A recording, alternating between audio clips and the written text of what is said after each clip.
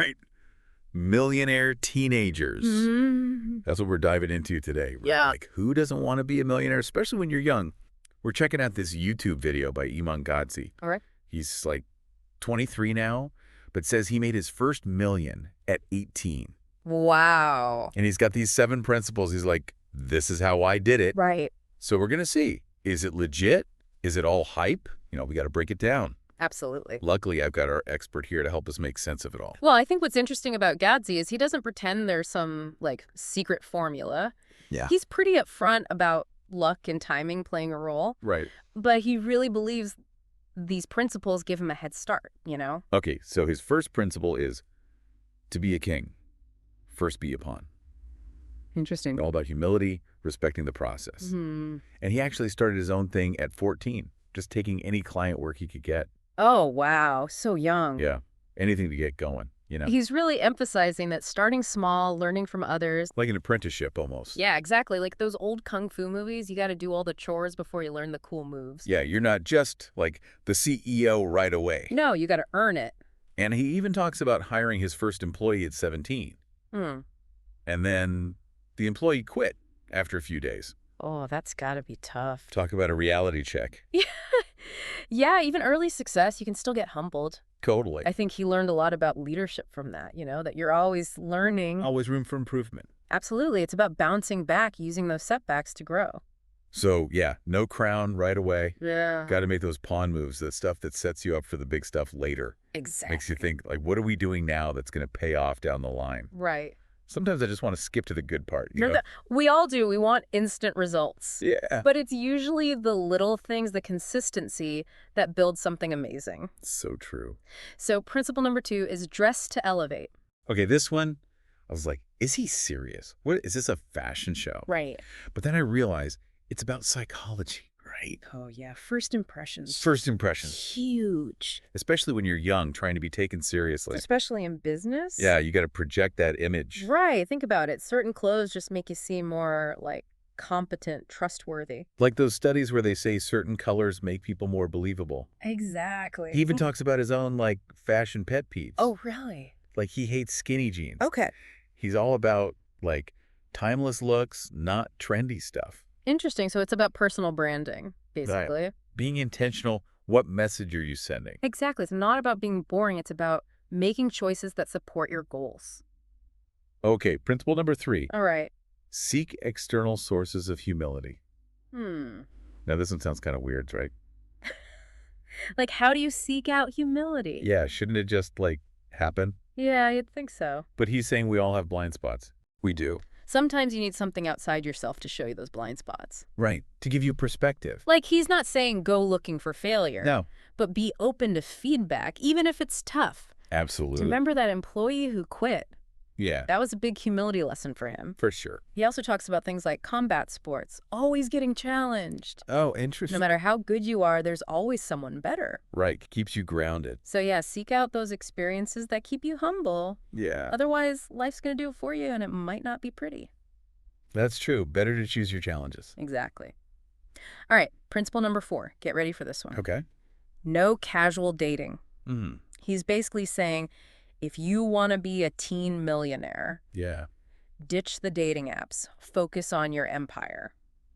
Bold statement. Right. Yeah. He thinks casual relationships, they're just a distraction. Especially when you're young, building your foundation. Time and energy. Yeah. Those are precious resources. Absolutely. Invest them wisely. Right. But I don't know. What about that emotional support, Yeah. A partner to bounce ideas off of. That's a good point. What about those power couples? Right. Like Michelle and Barack, they met young, built amazing careers together. Yeah, they seem pretty happy. Right. I think Gadzhi's really focused on individual achievement here. Yeah. He's not really acknowledging the benefits of a good partnership. Yeah. He even talks about this day one girl. Oh, okay. Someone who's been there from the beginning through thick and thin. Right. The ride or die. But how many people find that in their teens, early 20s? Yeah, it's a bit idealized. Yeah.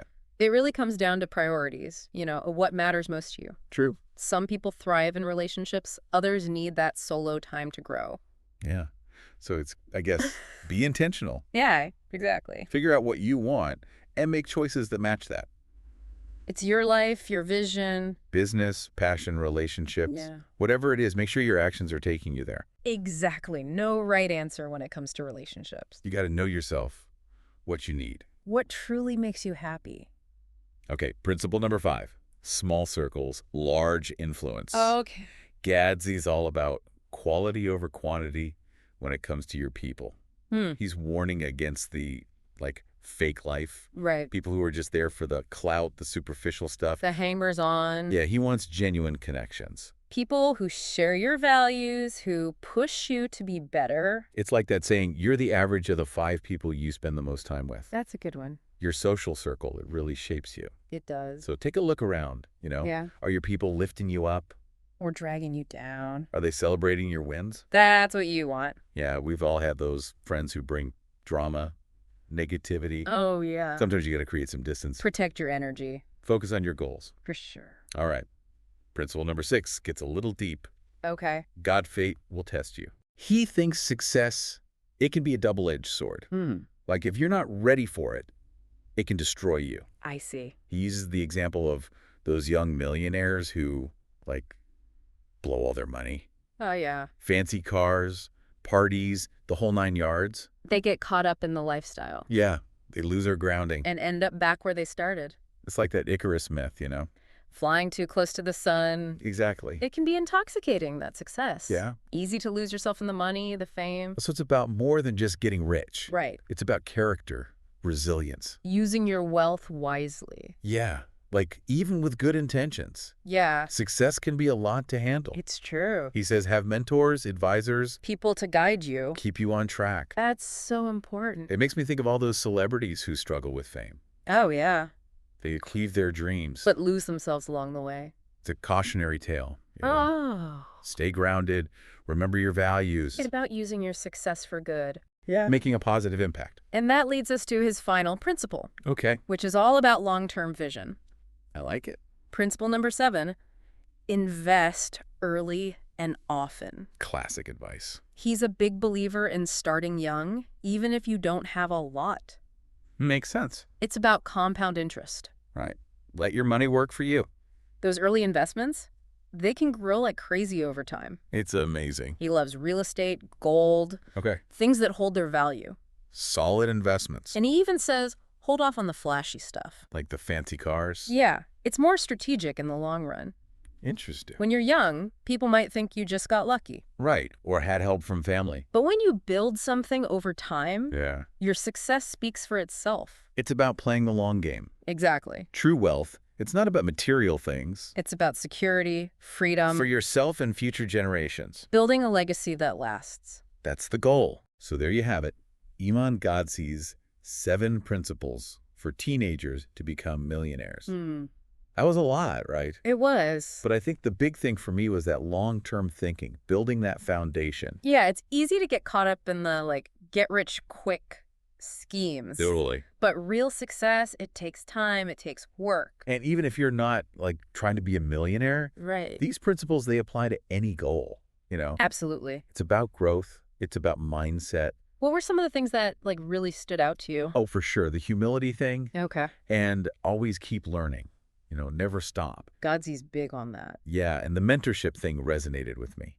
Surrounding yourself with the right people, you need that support. You need people to challenge you, push you to be better. Absolutely. And of course, invest early and often. Yeah, can't go wrong with that. Whether it's your education, your skills. For your money. Yeah, start early, give it time to grow. Let that compound interest work its magic. But here's a question that's been bugging me. Okay. Let's say you do become a millionaire, young. What then? What's next? Yeah, what's the point? You build an even bigger empire. Or is there, a bigger purpose? That's a great question. What do you do with all that wealth, that influence? Yeah, how do you use it to make a difference? Right. Make the world a better place. It's finding that balance, Between ambition, and responsibility. using your success for good, Helping others. supporting causes you believe in. Leaving a positive mark on the world. It's like true wealth isn't just about money, right? No, it's about the impact you have. The legacy you leave behind. Exactly. Wow, that's pretty deep. It's a lot to think about. It's like Gadzhi's principles are just the beginning. A jumping off point. Yeah, the fuel for something even bigger. It's up to you to take it from there. Well, listeners, that wraps up our deep dive into Iman Gadzhi's 7 principles. Hope you got some good stuff out of it. Some food for thought. Maybe even some inspiration. To chase those dreams. Maybe even become the next millionaire teenager. Why not? And use that success to change the world, right? That's the dream. We want to hear from you. What were your takeaways? What resonated with you? Hit us up with your questions, your thoughts. We're all ears. Until next time, keep learning, keep growing. And keep diving deep.